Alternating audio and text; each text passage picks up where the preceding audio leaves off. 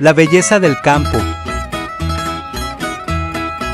Aquí se respira tranquilidad y humildad que no tiene precio. Por eso amo el campo. El día que comas piedras y bebas petróleo, entenderás que la agricultura y el campesino valen mucho más que el oro del mundo. A la luz de una vela. Solo los que aman el campo compartiremos.